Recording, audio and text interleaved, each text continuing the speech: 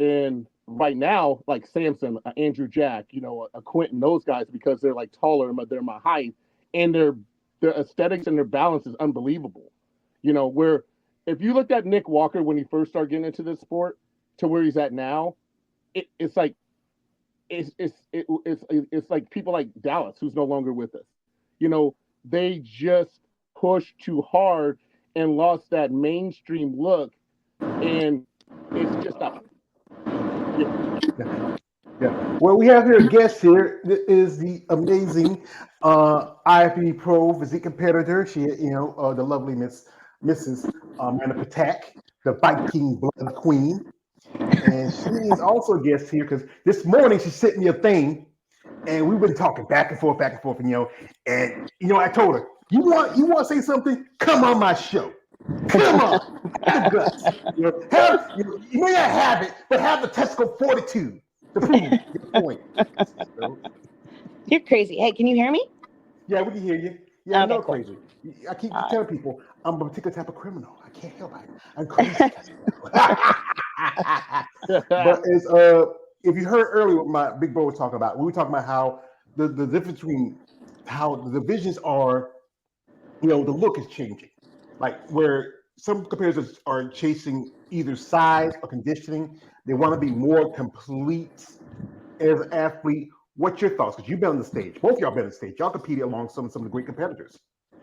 My opinion is that people are chasing the judges, and that's something you should never do as a competitor.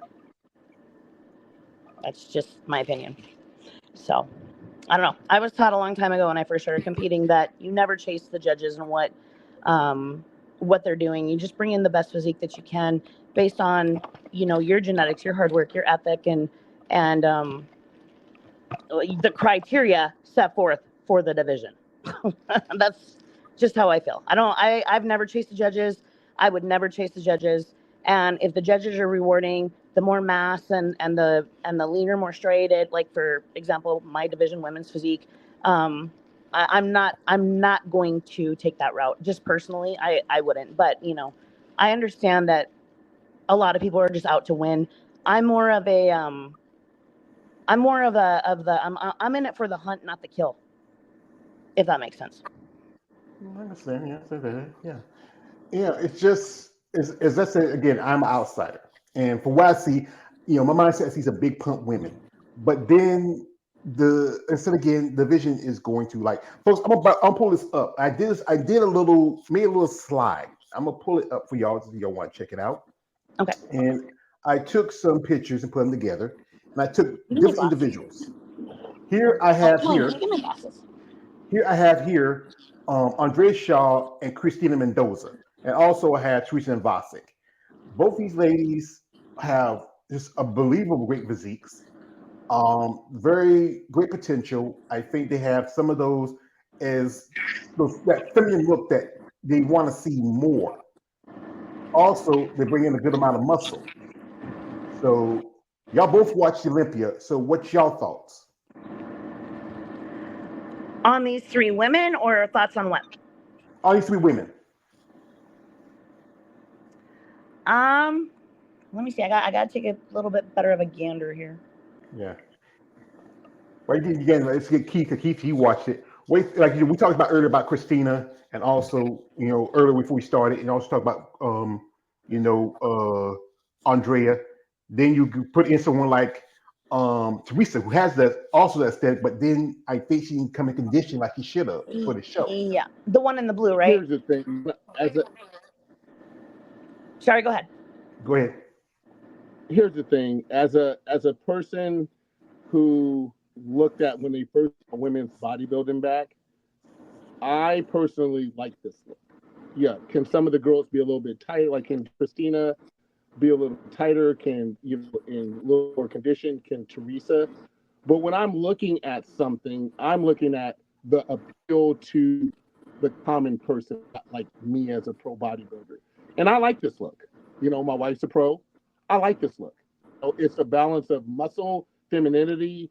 Yeah, she be a little? Can the other two girls be a little bit more conditioned? Yeah, but isn't that what they talked about bringing when they brought bodybuilding back? Isn't it? It's a look that they're talking about bringing back. Isn't that why they And created the women's physique division? yeah, but here's the thing: the women's physique division they're harder than the women's bodybuilders.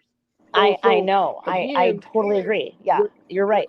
when Bob Cigarillo, created this division, it's like again, I respect what Amanda said because she's like, you can't, you can't. It's we got at some point in time you got to hold the judges accountable, Thank you. and I who's really totally holding them agree. accountable, Yep. you know, because again, you are rewarding this, Yep. and it's if you're especially if you're a head judge, especially at these pro shows, like here's the thing: when I play in NFL, they have NFL meetings, right? So all these NFL owners get together and they talk about things. As players, we have these NFL symposiums where we get the new rules and the new guidelines and all this other stuff.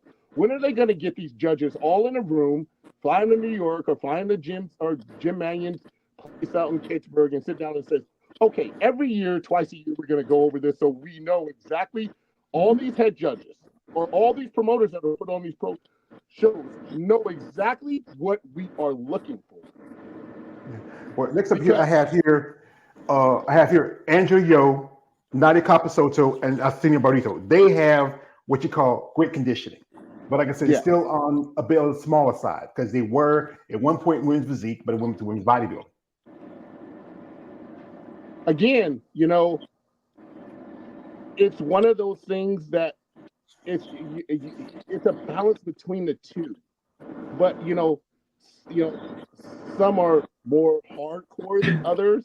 Again, if I'm a judge talking to women and women's bodybuilding, that's the reason why in Amanda's class, Daniel and Baby left. Because she's like, I'm not willing to do the shit and change my body in order to keep winning titles because that's what you're gonna do, and that's where it came to now. I thought when Daniel Bailey became champion, that was like, and Julia became champion, that was like perfect. That's what women's physique should be about. And it's gotten harder and harder. Same thing in women's bodybuilding. They said we want not as hard as Iris was, but a balance between the two. But we're going right back down that road. And you can only go right back down that road if the judges are allowing you to go right back down that road. Yep. Here we have another set. We have here Ashley Jones. We have Michaela Aycock, and we have here Hunter Henderson. And there, as you know, with the shorter women, it's just sometimes it can be a hit or miss with conditioning development. Especially if you look at Michaela, she's really short. Michaela's barely 5 feet, and I think Ashley's maybe about 5 feet. Yep. And it seems like when you put on the muscle, it's hard. You can put on really good amount of muscle, but it's just how it goes, where it goes. Well, and that's what should they have two different classes? Should they have a tall and a short class? I mean, that's what I think should happen in this women's bodybuilding, that they should have a short and a tall class because it only makes it's like 212 guys versus an open guy. You can't compare the two because you got again 212 versus open guys, and that means you're over 212 pounds, and so it's getting to the point where they're going to need to do something like this for women's bodybuilding because how do you compare a 5 foot, 4'9", 5 foot girl to a Andrea Shaw who's like 5'7", 5'8"? I mean, how do you do that? Because it's going to completely look different. Man, what's your thoughts? Well, I was going to ask your wonderful guest kind of what we were talking about this morning. How I've always blamed the judges for taking it to the extreme in especially in my division. I mean, and I think figure as well. It's like you can't even tell anybody apart anymore. But and I know, and I've always blamed the judges for that. But George, like I said this morning, I'm curious what your guest thinks about the point that I brought up about how does that possibly have something to do with the fans of those female divisions wanting the more mass, the more striations, the leanness, the size, the blah blah blah blah blah that they're not supposed to be rewarding in either figure or women's physique, but they are. And do you think that maybe that has something to do with them wanting to please the fans in order to keep the fans coming in and supporting from a monetary standpoint? Or, I mean, is that just a crazy thought? No, I wouldn't say it's a crazy thought, but I don't think the fans have anything to do with it. I think the Okay. judges, I think the judges have a job to do, and I think that job is to they have these rules, and Sandy has a video about, especially about women's physique, saying that Yeah, how they didn't want women's striations and women's glute, but look at the champion. Her I glutes know. are more striated than the. There's a problem when the women's physique champion has more striated glutes than the women's bodybuilding champion. I agree. So Yeah. at the end of the day, you got to sit. We all, as competitors, got to sit back. It's like, where's the rule book? You sit here and say that you publicly sit here and say this. And if there's a video, I don't know, Amanda, have you seen it yet? With Bob Chigarillo, who created women's physique that I didn't know of, and him and Isabel talking about bringing down women's physique, but women's physique from the look at it at now to bringing it, dumbing it down a little bit. But how do you go backwards? When you Right. only went forward. Yeah. How do you do that? How do you Yeah. then take the title away from Sarah? Because Yeah. honestly, I thought the girl in third place should have been. That's what women's physique should look like at the Olympics. That's Veronica Hinton. And here we have Helen Trevino, we have Julia Wetzel, we have Ava Manello. Ava is still young, I think being 25. Her conditioning was not as that good, but still she has a good amount of size. I think Julia needs to work on a few things. And as we talk about this, Helen, she has, worked hard. She's come in great conditioning, but also is that age factor goes into as you develop and grow in conditioning and size. Muscle maturity. Hmm. Yeah, I You think that know, anybody that tries to say that doing Masters Nationals is the easier way to get your pro card doesn't understand. Hello? Oh, Amanda. I think hello? Amanda. We lost her. So we got some comments in here, because I think she's getting her hair done. We got some comments in here. We got here my man Raheem says, "What's good, George? What's good, Keith? Thank you, brother." what up, bro? Yeah.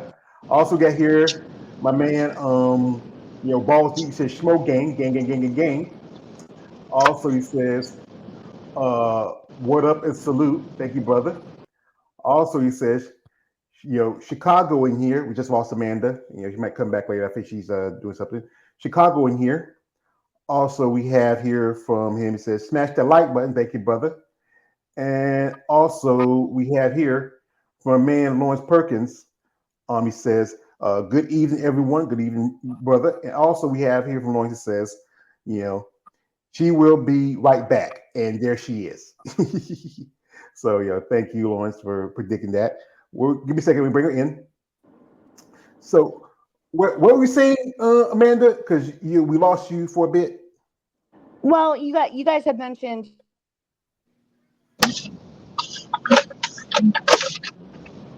What? Can't hear you.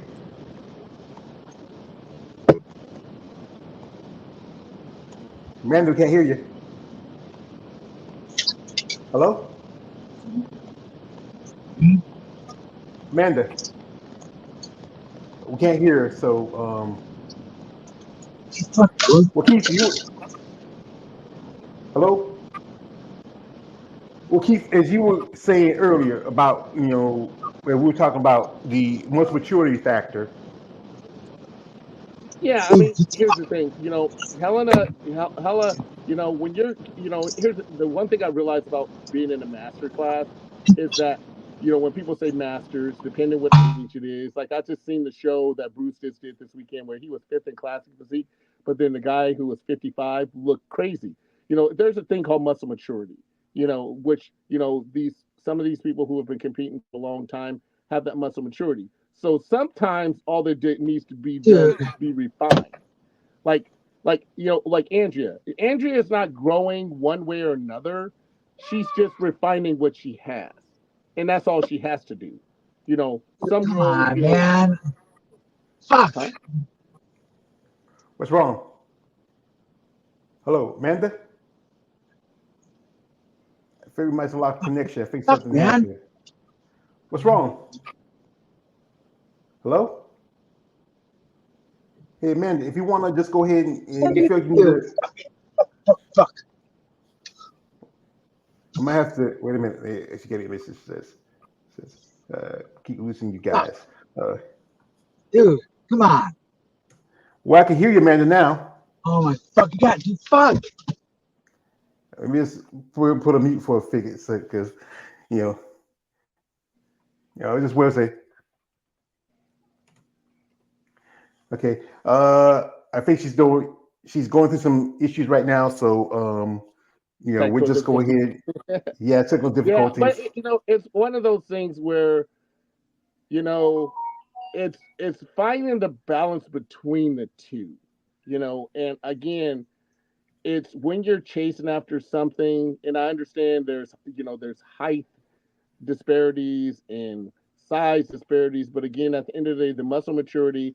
If I'm looking at a balance between the two, and again, at the end of the day, it boils down to getting like when we talk to Sandy about Tina, let's just put it out there, and we says, what does she need to do?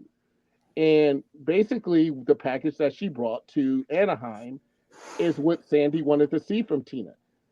I mean, again, everybody can do something different. Tina has, long quads, so she can put a little bit more size on her quads.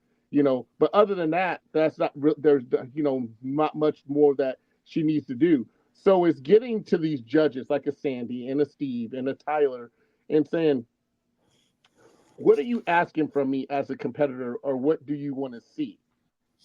So when you go on stage, if you bring, like, again, I use Samson.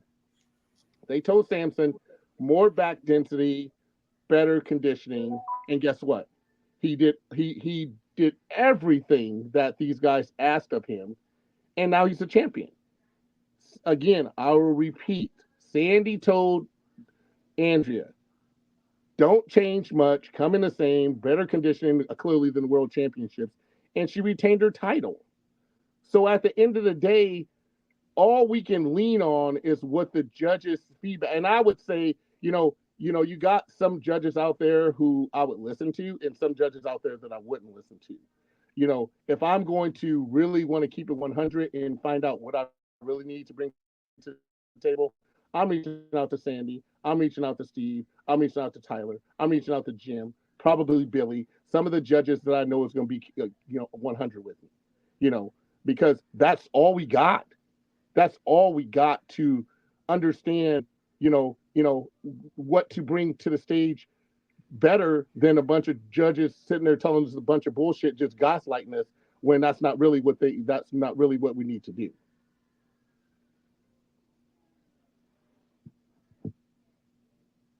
Hello?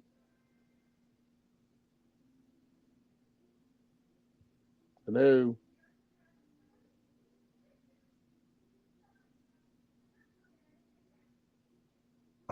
All right, sorry. I just mute myself. Oh, anyway, next lineup here we have here is Alina Oprah. Sorry, Sherry. I'm sorry, Aliva. Sorry, Lavinia Barros, Sherry Priami, and Alina Oprah. And those were really impressive.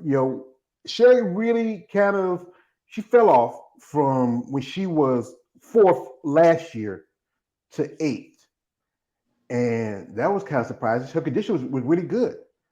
And Lavinia, she really did pretty good, because when she competed back in 2022, I think she was like she was like 15th, 14th. And then, she goes up already to sixth. Alina Oprah's a new face. I think she still has that tendency that if she works on making improvements, she could crack the top 10. And again, it's when you're looking at these girls, I mean, I thought this was a good lineup of girls. A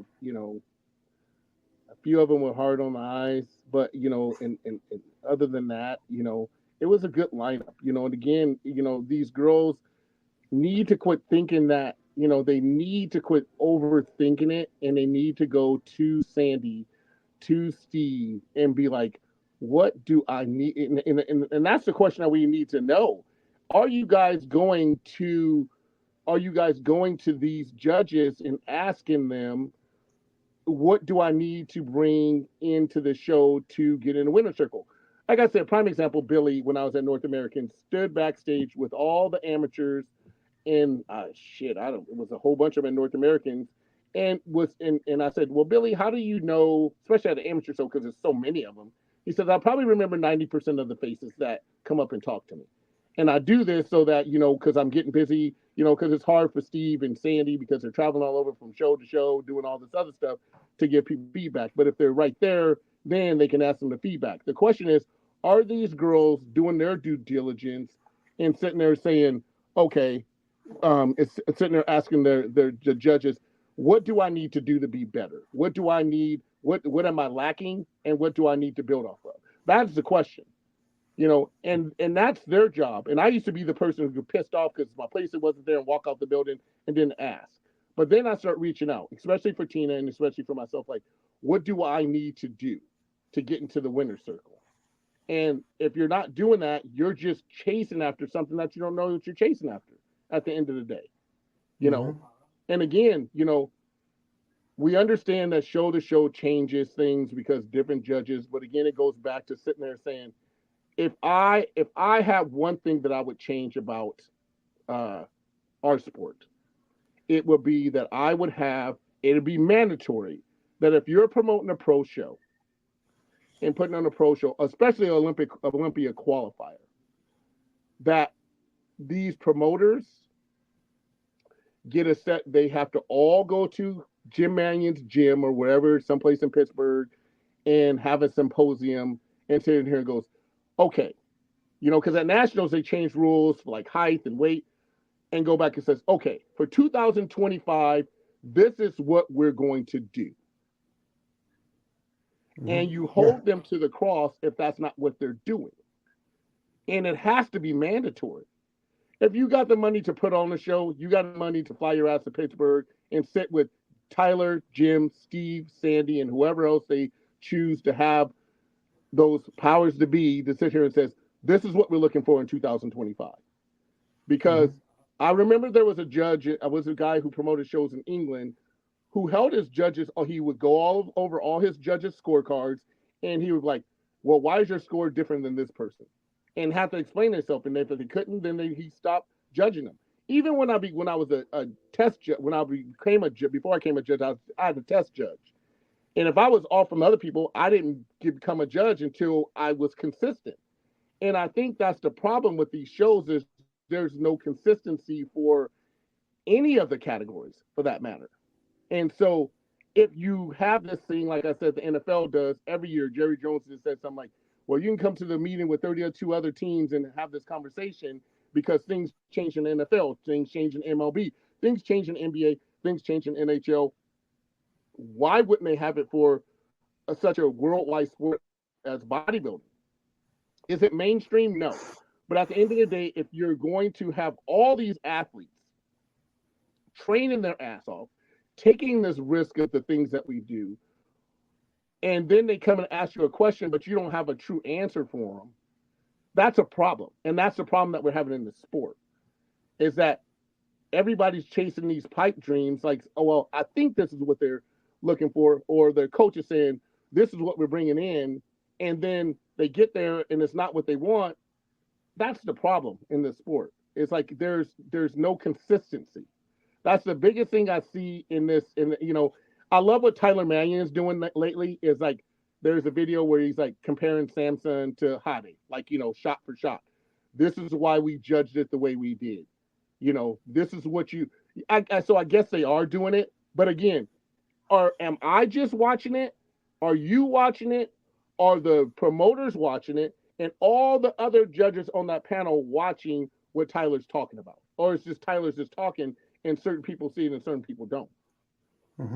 Yeah, and it goes back to how, like, Amanda mentioned earlier, how the judging is that they don't stick to the criteria like you're supposed to, where you're seeing some women who should be placing in the right, places. Like if you got somebody who looks like they should be in the top 5, and then they're like in the bottom 15, or in the 10th, but then you got somebody who looks like they're not should be in the top 5, where they are too much gyrations, too much size, too much definition, and the rewarding those women, it's not fair. And if they set the criteria, the IFBB, NPC, and the judges not follow that criteria, like I said again, why not just go ahead and have the whole get together and say, hey, we're having a problem. We're getting to the point that women's physique's getting close to where women's bodybuilding was when we pushed it out. Absolutely. I mean, it's the same thing with women figure. I mean, you're looking at some of these women figure girls and some of these women's classic physique or women's physique girls, and you're sitting there like, where's the line? And again, at the end of the day, that's the IFBB. They control our sport anyway. They control what they want. They're the judges. So at the end of the day, us as athletes have to say, like when Tyler comes out with these things, he's like, okay, for 2025, and maybe he does, a daily one that starts with men's bodybuilding, and then go to women's bodybuilding, then go to down the line in every sport, and maybe it's a collaboration with Steve and Sandy, when they all sitting there talking about, okay, this is what we're gonna be looking for, and it's a video, and every fucking judge and every promoter has to watch it because okay, this is criteria, this is the rule. So when I go back and look at it, and I understand when they're looking at like they did it last year with Derek and Hade, and Samson, when I'm looking at it and I'm like, okay, waistline, the poses, like when last year Tyler was going over the poses and this, that, and other, then I get a better understanding of what I need to do as an athlete and a competitor to make my body better and what the judges are actually looking for.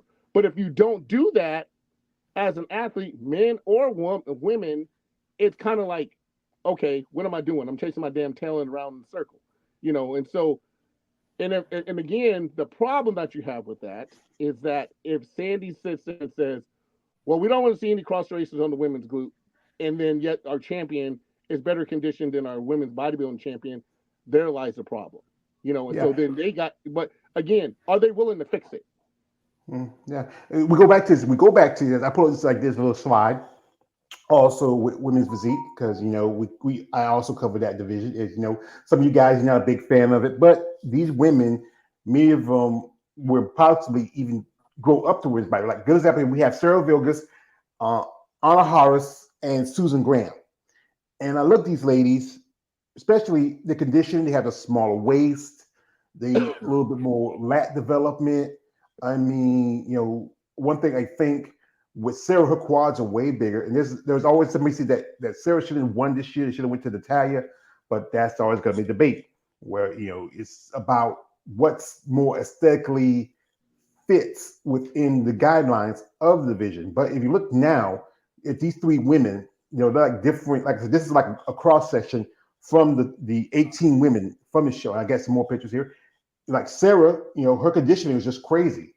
She lost in 2022 to Natalia, but then she came back and win, and now she keeps the title for another year. But again, at the end of the day, we're looking at this, and like I said, the Charisse is her name. The girl was third. Sharonica. Sharonica. If you're going based off of what Bob Sugarillo and Isabel said, that is what women's physique is supposed to be. Now, when you sit here and say, are these girls like when Julia went into women's physique? I remember again, I've had conversations with certain people in life, and she's like, certain body parts she just stopped training because she couldn't train them. Like your girl who went to wellness. What did she say? I had to stop training arms, and stop doing certain things.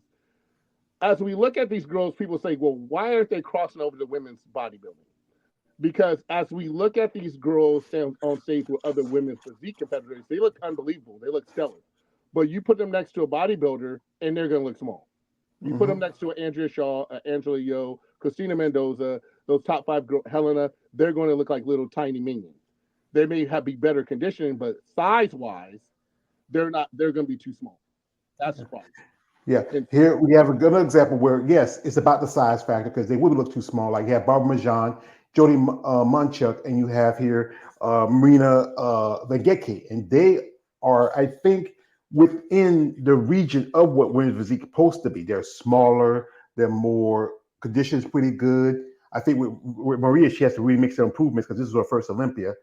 And Jody's been competing for a long time. And with Barbara, she's been top four for the last four of her Olympias.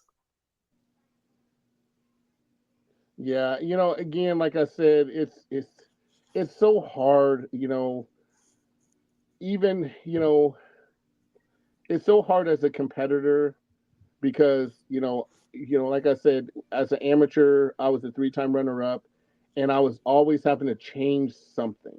It's that whole these judges use the words like comparing apples to oranges.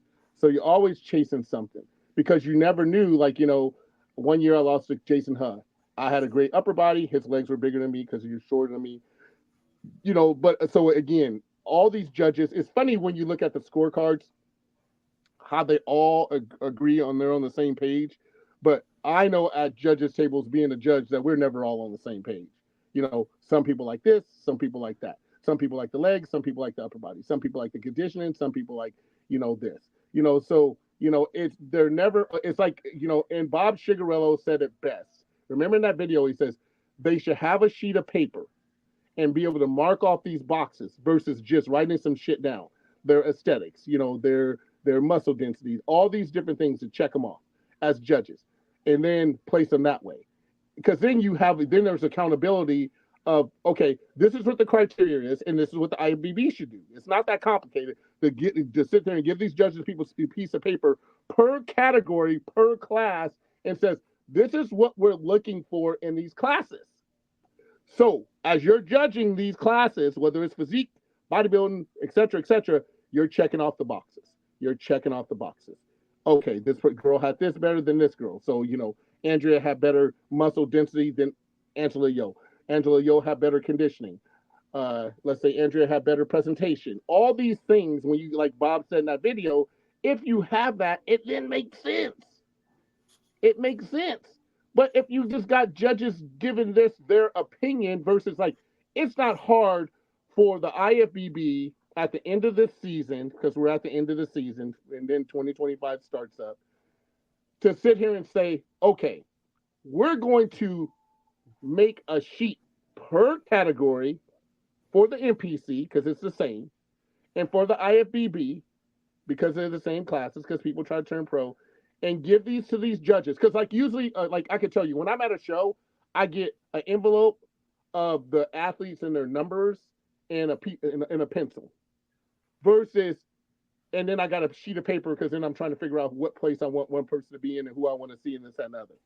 I said, so if I get a sheet of paper that says, okay, this is what we're drawing and this is what we're looking for, conditioning, size, blah, blah, blah, blah, blah, this, that, and other. And I can check off the boxes. Well, Christina had better than Angela. Angela had better than this. Andrea had better than this. And I can check off the boxes. That gives me a better idea of what I'm looking for. And it's a better idea of judging because I know what the IFBB and the NPC are asking from me as a judge. And that's not what's happening. What's happening is you got all these judges with their opinions of what they like and what they don't like, and then that lies the problem. Like Amanda said it, she's like, is it the fans? I think to a certain degree, um, like the Olympia has the fan award now that people vote on the set. But at the end of the day, I don't really think that the IFBB gives a shit about the fan. I mean they do because they buy the tickets, but from the standpoint of their opinion on what they think they want to see versus what the IFBB want to see, I don't think they care, in my opinion. And so if you do that checkbox deal where you got these, like Bob said, and you have to every class has different criteria because they all should. We shouldn't have the same criteria. It's like I was telling somebody, a classic physique guy shouldn't be able to cross over to bodybuilding. And I lost to a classic physique guy at my Legion show who was a little tiny dude who crossed over from Masters Classic Physique to bodybuilding. I go, how the fuck did this happen? You can't be a classic physique guy and a bodybuilder, and I'm 50 pounds heavier than you, and you beat me? They're two different looks, but it happens. Yeah. We're here. We have a man here, physique